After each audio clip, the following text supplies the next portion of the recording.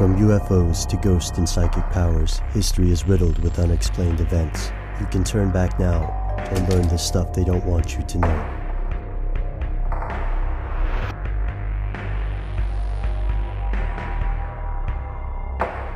Here are the facts. The dollar just isn't what it used to be. Due to inflation, products that cost $1 in 1913 cost around $7 in 1963 and around $22 in 2010. The US isn't the only country watching its money buy less each year. While some politicians hope to repair this through changing national laws, others are thinking of a new approach. In 1988, Canadian economist and politician Herb Grubel proposed the N.A.U as an international currency for North America, similar to the euro used in the European Union. With this currency integration, the United States, Canada, and Mexico would gradually phase out the dollar, the loonie, and the peso in favor of a single currency. Universal currency systems do have advantages. For example, they don't fluctuate as easily. But these systems also have drawbacks. Sure, it's easier to control the value of money, but once you've got this gigantic system running, who controls it? With a universal currency, a single entity dictates the interest rate, controlling inflation, deflation, and ultimately the worth of the currency printed. For many people, that's too much power for any single organization to possess. And to conspiracy theorists, this is just the first step. Here's where it gets crazy. Many anti-federalist conspiracy theorists believe that the proposal of the N.A.U is one of the first steps in the establishment of a North American Union, and, eventually, a one-world government. Conspiracists fear that this union is meant to deprive states of their sovereignty and to deprive U.S. citizens of their constitutional rights. So where's the proof? There are several hoaxes used to support this theory, such as the so-called N.A.U coin.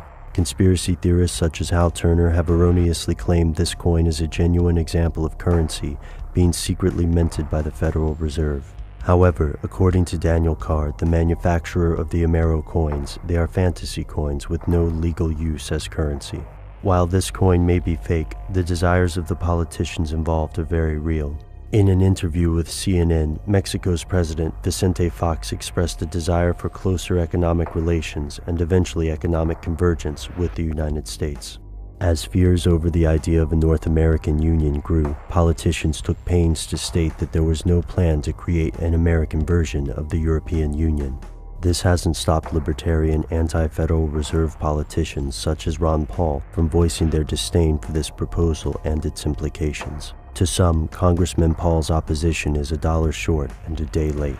They believe the UN, international banks, and businesses have already started integrating Canada, Mexico, and the US. This isn't a fringe issue anymore. In 2006, CNN anchorman Lou Dobbs claimed the North American Union was already being constructed. As evidence, these theorists point to organizations like the Security and Prosperity Partnership of North America, an initiative meant to increase security and cooperation between the three countries on the North American continent. This organization is not unique. Countries across the world form regional coalitions for any number of reasons. While it's obvious that globalization has brought more countries closer than ever before, that doesn't mean they will inevitably become a single entity. At least, that's what the mainstream believes. But across America, from the Gulf to the Canadian border, citizens weary of the declining dollar look for an explanation in an age of uncertainty. Could the public simply be spooked into resorting to rumors? Or is there a grain of truth in these accusations? And if there is, what does this mean for the future? It's official. You asked for it, and we finally got our shirt together. Visit StuffTheyDon'tWantYouToKnow.Spreadshirt.com.